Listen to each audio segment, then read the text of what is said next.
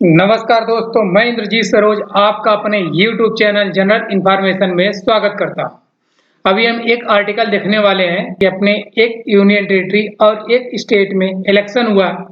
वहां से एक जगह बीजेपी जीत के आई है, दूसरे जगह जम्मू कश्मीर में एनसी कांग्रेस पार्टी जीत के आई हुई है।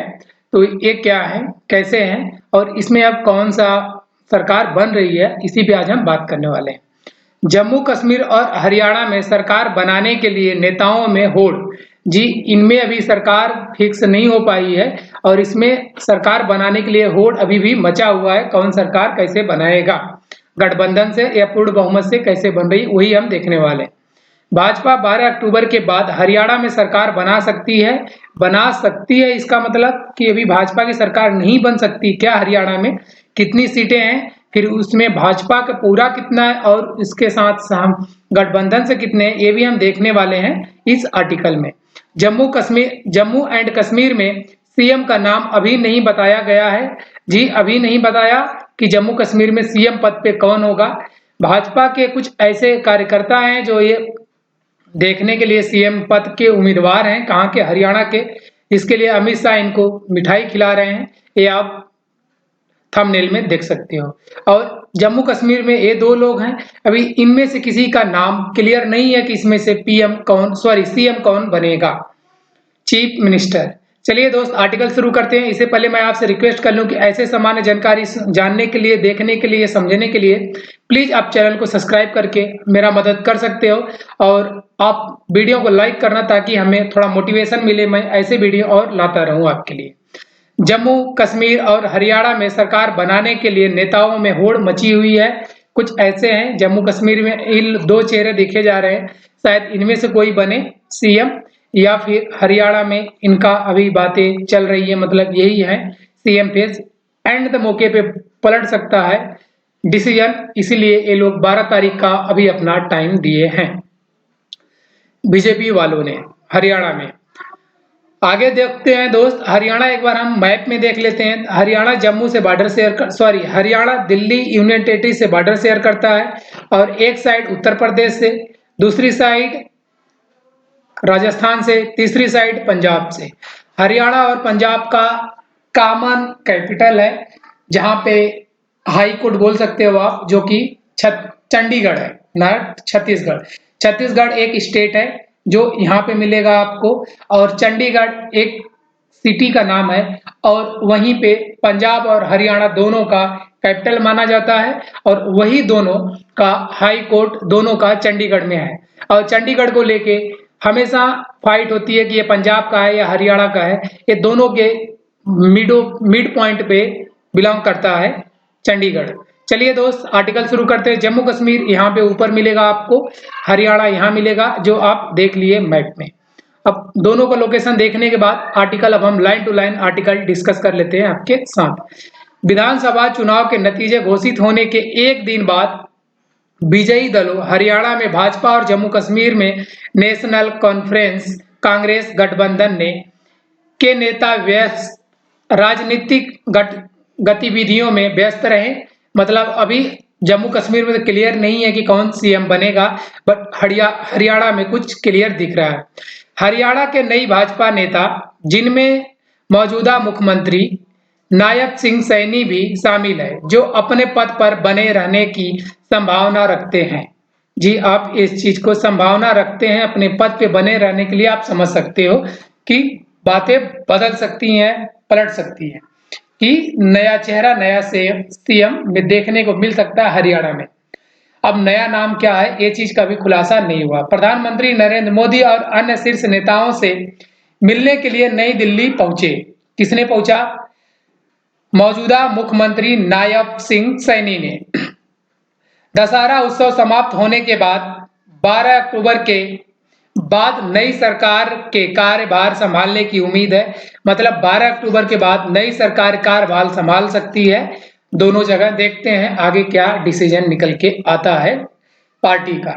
श्रीनगर में नेशनल कॉन्फ्रेंस एनसी और कांग्रेस के शीर्ष नेताओं ने 6 साल से अधिक समय में जम्मू कश्मीर में पहली निर्वाचित सरकार बनाने के लिए तैयारी शुरू कर दी है। वे अगले 2 दिनों में अपने नए मुख्यमंत्री की घोषणा करने की योजना बना रहे हैं। मतलब जम्मू कश्मीर में भी 2 दिन बाद शायद एक मुख्यमंत्री का चेहरा बाहर निकल के आए कि मुख्यमंत्री कौन बनेगा, कब तक रहेगा। शायद बीच में मुख्यमंत्री पद छोड़ के कोई और पार्टी का भी मुख्यमंत्री बन सकता है, क्योंकि गठबंधन की सरकार है। हरियाणा में भाजपा को और बढ़ावा मिला। तीनों निर्दलीय विधायकों ने पार्टी को अपना समर्थन देने की घोषणा की। जी, 3 निर्दलीय विधायक थे जो भाजपा को सपोर्ट करने, समर्थन देने की घोषणा कर दी है, जिसमें विधानसभा में भगवा पार्टी की सीटों की संख्या 51 हो गई है। मतलब वहां कितना 48 49 जीत के बीजेपी आई थी। 3 इसको निर्दलीय विधायक सपोर्ट कर दिए। अब इसके पास टोटल 51 सीट हो चुकी है भाजपा के पास। इसीलिए बोल रहे हैं भगवा पार्टी सीटों की संख्या 51 हो गई है। पार्टी के एक सूत्र ने बताया कि नई सरकार में मंत्री पद के लिए लॉबिंग शुरू होने के साथ ही सत्तारूढ़ पार्टी के कई विधायक और राज्य के वरिष्ठ नेता भाजपा के केंद्रीय नेतृत्व से मिलने के लिए दिल्ली पहुंचे गए हैं।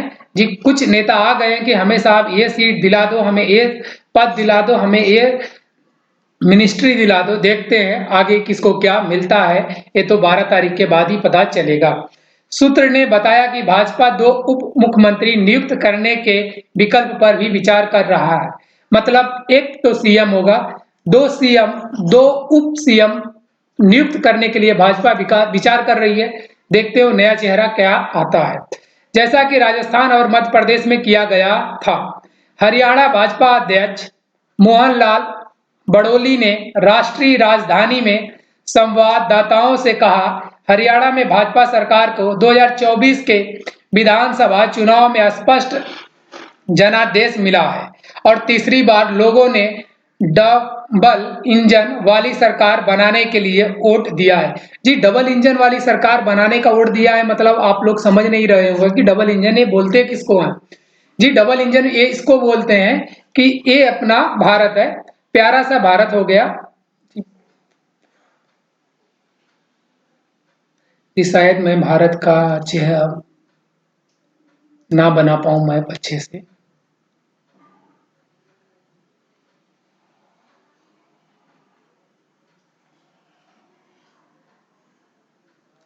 जी, ये भारत का मैप में तो यहाँ पे इसको घुसाना होगा ना, वेस्ट बांग्लादेश को। कुछ ऐसे भारत की सरकार देश है, उतना अच्छा नहीं बना, बट यही है। डबल इंजन इसे बोलते हैं कि इसके अंदर मान लीजिए कि अपना हरियाणा यहाँ पे है, पूरे भारत को मतलब पूरे भारत में सेंट्रल गवर्नमेंट बीजेपी की है। अगर सेम स्टेट में बीजेपी आ जाती है तो एक इंजन तो पूरे सेंट्रल गवर्नमेंट का हो गया, सेंट्रल गवर्नमेंट सीजी, एक इंजन ये हो गया। दूसरा हो गया, या अगर इस स्टेट में भी बीजेपी जीत के आती है तो दूसरा इंजन ये हो गया। इसलिए इसको डबल इंजन लोग बोलते हैं कि डबल इंजन की सरकार है और कुछ नहीं है। आप समझ गए होंगे कि स्टेट और सेंट्रल गवर्नमेंट में जो सरकार होती है, वही सरकार अगर स्टेट में जीत के आती है तो उसे डबल इंजन गवर्नमेंट बोलते हैं और कुछ नहीं। ऐसा जैसा हमने समझा, यही चीज हमें लगा तो मैंने आपको समझाया। और मैं कोशिश करूंगा कि भारत की जो है क्या कहते मैप मैं अच्छे से बनाने का कोशिश करूंगा, इसे प्रैक्टिस करूंगा। शिष्टाचार के तौर पर हम राज्य इकाई के नेता राष्ट्रीय नेताओं से मिलने आए थे। बैठक पहले से तय थी। मतलब ये बैठक पहले से तय थी, ये नहीं कि लोग आनन फानन में दिल्ली आके मिल रहे हैं। किसी अन्य मुद्दे पर कोई चर्चा नहीं हुई। नए मुख्यमंत्री के बारे में पूछे गए सवालों के जवाब में उन्होंने कहा, दशहरा के बाद पार्टी जो भी फैसला करेगी हम आपको बताएंगे। मतलब दशहरा बीत जाने के बाद शांतिपूर्वक पार्टी नए सीएम का जवाब देगी। अभी जो पुराने सीएम चले आ रहे हैं, मतलब हरियाणा में तीसरी बार बीजेपी लगातार चुन के आने वाली सरकार बनी है। तो जो इसके पहले बीजेपी के सीएम थे वही रहने वाले हैं, या फिर नए सीएम का चेहरा बना के बीजेपी किसी और को शपथ दिलाएगी, इस बात का भी खुलासा नहीं हुआ। श्रीनगर में जम्मू कश्मीर प्रदेश कांग्रेस कमेटी के अध्यक्ष तारिक कर्या ने नेशनल कॉन्फ्रेंस के अध्यक्ष फारूक अब्दुल्ला और उपाध्यक्ष अमर अब्दुल्ला के घर का दौरा किया। मतलब ये नेता इन नेता के घर गए। श्री कर्रा ने कहा, हमने डॉक्टर अब्दुल्ला और उमर से मुलाकात की और उन्हें उनकी जीत पर बधाई दी। विधायक सदस्यों और गठबंधन सहयोगियों के साथ बैठकों के बाद आधिकारिक चर्चा होगी। मतलब सारे विधायक मतलब सहयोग करेंगे जब गठबंधन विधायक के साथ, सदस्यों के साथ, तब चर्चा होगी कौन सीएम बनेगा, कौन किस पद को लेगा, क्या बनेगा, ये सारी चर्चा इसके बाद होने वाली है। नेशनल कॉन्फ्रेंस गुरुवार को अपने विधायक दल की बैठक करेगी और आज के डेट में वो बैठक करने वाली है। शुक्रवार को कांग्रेस में अपने सहयोगियों के साथ बैठक करेगी। मतलब आज तो नेशनल कॉन्फ्रेंस खुद अपने में बैठक करेगी, शुक्रवार को एक कांग्रेस के साथ बैठक करेगी। उन्होंने कहा गठबंधन सहयोगियों की बैठक में शासन मॉडल तक किया जाएगा, मतलब तय किया जाएगा कि शासन में कौन कैसे क्या करेगा। इस चीज का ये लोग गठबंधन सरकार के साथ जब बैठेंगे अगले दिन, तब ये शायद डिसीजन ले।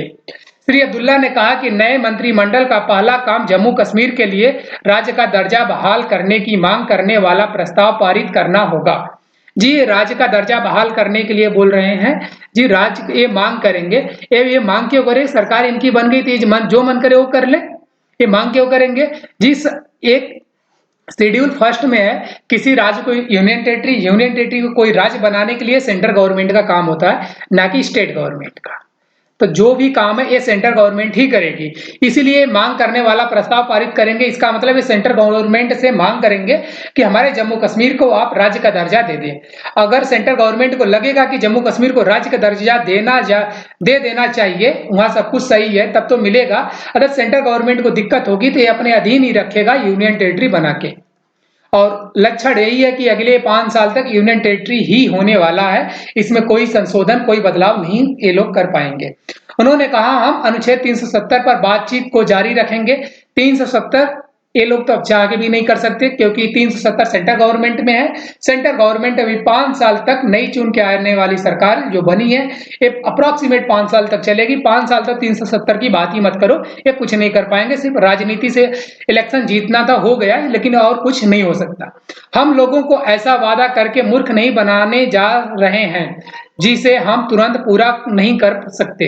मतलब ये बोल रहे हैं, अब ये बोल रहे हैं कि हम लोगों को वादा करके मूर्ख नहीं बनाएंगे जिसे हम तुरंत पूरा कर सकते। इसका मतलब इलेक्शन से पहले ये लोग वोटिंग के पहले बोल रहे थे कि हम 370 वापस लाएंगे, हम राज्य का दर्जा दिला देंगे। बट वहां की जनता भोली निकली, उनको ये नहीं पता था कि ये सब अटकन अब सेंट्रल गवर्नमेंट के अंदर आती है। अगर यहाँ लोकल पार्टी जीत के आती जो सेंट्रल गवर्नमेंट में नहीं है, वो चाह के भी कोई काम नया पुराना नहीं कर सकती। जो जैसे आ रहा है रूलिंग पार्टी वही कर सकती है, नॉर्मल देख रेख ही कर पाएगी और कुछ नहीं कर पाएगा, क्योंकि यूनियन टेरिटरी का भार हमेशा गवर्नर के अंदर आता है, एलजी के। तो मैक्सिमम काम तो एलजी से पूछ के ही होने वाला है। उन्होंने कहा कि नेशनल कॉन्फ्रेंस को केंद्र की मौजूदा भाजपा सरकार से अनुच्छेद 370 की बहाली की कम उम्मीद है। मतलब इन्होंने अब खुद आके न्यूज में, भाषण में, कमेंट में ये कर दिया कि हमें सेंट्रल गवर्नमेंट से ये उम्मीद नहीं है कि वो 370 पे बहाली कर दे। मतलब वो अब जनता को ये बोल रहे हैं कि 370 तो नहीं आने वाला। उन्होंने कहा हमें नई दिल्ली में सत्ता परिवर्तन और अनुच्छेद 370 को बहाल करने पर गंभीर बातचीत की उम्मीद है। मतलब अब ये बोल रहे हैं कि हम दिल्ली में सत्ता परिवर्तन जब करेंगे तब हम 370 पे बात करेंगे। इसका मतलब कि अब वो कुछ नहीं कर सकते, वो सत्ता परिवर्तन तक इंतजार करेंगे, या इनमें इतनी ताकत हो कि दिल्ली में सरकार बदल दे। तो आप लोग समझदार हो कि कहां पे क्या हो सकता है। कुछ नहीं होगा, बस ऐसे ही ये भी साइलेंट होने वाले हैं सब लोग, चाहे दिल्ली में हो या जम्मू कश्मीर में हो। कुछ नहीं हो सकता जब तक सेंट्रल गवर्नमेंट अपने दृढ़ संकल्प के साथ टिकी है 5 साल तक। और मैं यही चाहूंगा कि जम्मू कश्मीर का दिन पे दिन हालत बेहतर हो, 370 को लोग भूल जाएं, क्योंकि 370 अच्छी चीजें नहीं थी। इसके पहले भारत का हिस्सा भी नहीं बोला जा सकता था जम्मू कश्मीर को अच्छे से। सब कुछ पूरा संविधान लागू नहीं हो सकता। भारत का हिस्सा वही माना जाता जिसमें पूरा संविधान लागू हो। 370 हटने के बाद में ही जम्मू कश्मीर में पूरा संविधान लागू हुआ है और वो काम कर रहा है। ये लोग चाह रहे हैं कि भारत का संविधान फिर जम्मू कश्मीर पे लागू ना हो, वहां का अपना नियम कानून हो। तो ऐसा कतई नहीं सेंट्रल गवर्नमेंट चाहेगी। सेंट्रल गवर्नमेंट का पूरा यही है काम कि हर जगह वो भारत का संविधान लागू करके चले। श्री अब्दुल्ला ने कहा कि नई सरकार कम प्रतिनिधित्व वाले क्षेत्रों, विशेष रूप से जम्मू को आवाज देगी, जहां उनकी पार्टी के कम निर्वाचित प्रतिनिधि हैं।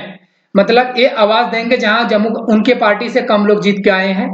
जी अब ऐसी नहीं, आपका पूरा का पूरा यूनियन टेरिटरी पे हक है और अब आप पूरे यूनियन टेरिटरी पे काम करो, अच्छे से काम करो, जो फैसिलिटी जो भी आपके अंडर आता है लॉ एंड ऑर्डर आप उसे फॉलो करो और उस पे काम करो। अब आप उस पार्टी उस क्षेत्र को मत चुन के अलग कर देना कि आपके यहाँ से हमारा विधायक हार गया तो मैं आपको ये सुविधा नहीं दूंगा, ऐसी बातें नहीं निकल के आनी चाहिए।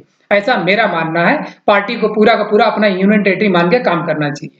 इस बीच जम्मू कश्मीर के उपराज्यपाल मनोज सिन्हा ने कहा कि संविधान हमारा मार्गदर्शन प्रकाश है और उन्होंने सभी से जम्मू कश्मीर के विकास और लोगों के कल्याण के लिए मिलकर काम करने का आग्रह किया है कि आप संविधान को लेकर चले, संविधान के खिलाफ ना जाएं। 370 हटने के बाद पूरे जम्मू कश्मीर पे संविधान लागू हो चुका है और साथ में साथ लद्दाख में भी संविधान लागू हो चुका है। एक स्टेट का दर्जा हटा के यूनियन टेरिटरी बनाने के बाद ये काम थोड़ा सरलता पूर्वक दिखा और शायद वो स्टेट ही रहता तो ये काम नहीं हो पाता। इसलिए सेंट्रल गवर्नमेंट ने एलजी के अंदर अपना पूरा सरकार पावर लेके ये अच्छा काम 2019 में किया था कि वहां उसको यूनियन टेरिटरी बना के 5 साल 6 साल लॉ एंड ऑर्डर वहां मेंटेन किया। उसके बाद सब कुछ सही लगा था, इलेक्शन हुआ, इलेक्शन एकदम फेयर तरीके से हुआ। बीजेपी का अगर पावर होता, सब कुछ होता इंटरफेयर, तो शायद जम्मू कश्मीर में नतीजा कुछ और होता। इट मींस कि इंटर ट्रांसपेरेंट इलेक्शन हुआ है, वहां के लोगों ने अपने पसंदीदा सरकार को चुन के लाए हुए हैं। इट मींस कि जो जैसे वो सही है, इसको आगे यूनियन टेरिटरी बन के चलाना चाहिए। अगर हाँ और कुछ बदलाव होता है तो इसको एक, अगर सब कुछ शांतिपूर्वक रहा, वहां आतंकवादी नहीं बढ़ी, तो उसको एक राज्य का दर्जा मिल जाए जम्मू कश्मीर को, ये मैं चाहूंगा ऐसा। चलिए दोस्त, पूरा आर्टिकल मैंने आपके साथ शेयर किया, थैंक यू सो मच। ऐसे वीडियो देखने के लिए प्लीज चैनल को सब्सक्राइब करना, वीडियो को लाइक करना, दोस्तों में शेयर करना। Thank you so much.